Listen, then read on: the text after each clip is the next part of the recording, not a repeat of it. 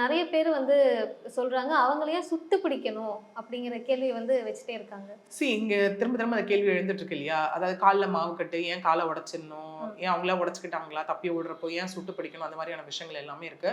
Police சைட்ல இருந்தும் சுடுறாங்க, சுட்டு பிடிக்கிறாங்க அப்படின்னு வச்சுக்கோங்களேன். அவங்க கண்டிப்பா எக்ஸ்ப்ளனேஷன் குடுக்கணும். சும்மா ஜஸ்ட் லைக் தட் அவங்க சுட்டு பிடிக்கணுன்றதுல, அவங்களுக்கு அந்த செல்ஃப் டிஃபென்ஸ் அவங்கள யாராவது அட்டாக் பண்ண வந்தா அவங்கள தற்காத்துக்கணும் அப்படிங்கிற ஒரு விஷயத்துக்காக சுட்டு பிடிக்கணுன்றது ஒண்ணும் லைக் அந்த மாதிரி சிச்சுவேஷன்ஸ்ல இதை யூஸ் பண்ணுவாங்க. இந்த கேஸ பொறுத்தவரைக்கும் நடந்தது என்னவா இருக்கு அப்படின்னா, கோயம்புத்தூர் லைக் கமிஷனர் சரவணசுந்தர் அவர்கள் தலைமையில தான் வந்து போடும்போது 7 தனிப்படை அமைக்கிறாங்க இவங்கள பிடிக்கிறதுக்கு. பிடிக்கும்போது என்ன தெரிய வருது அப்படின்னா, அங்கேருந்து 4 கிலோமீட்டர் தொலைவில் இருக்க இருகூர் அப்படிங்கிற பகுதியில இவங்க 3 பேரும் ஸ்டே பண்ணியிருக்காங்க அப்படின்னு தெரிய வருது. ஓகே. 3 பேரும் போலீசார் அதை நோக்கி போறாங்க. அவங்கள பிடிக்கிறதுக்கு போறாங்க. போகும்போது காவல்துறையினர் மீதே இவங்க வந்து இந்த இடத்துல தாக்குதல் நடத்தியிருக்காங்க.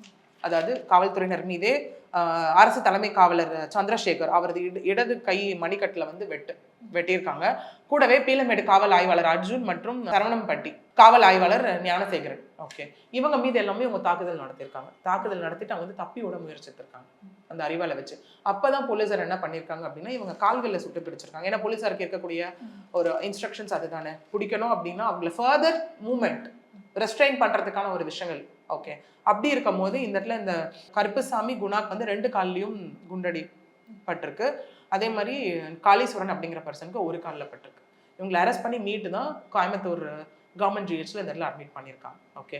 ஏன்னா இங்க ஒரு விஷயம், குற்றவாளிகள் எக்காரணத்தை கொண்டு தப்பிச்சிடக்கூடாதுன்ற ஒரு விஷயம் இருக்கு. At the same time short டெட் அதுவும் அவங்கள பண்ண முடியாது.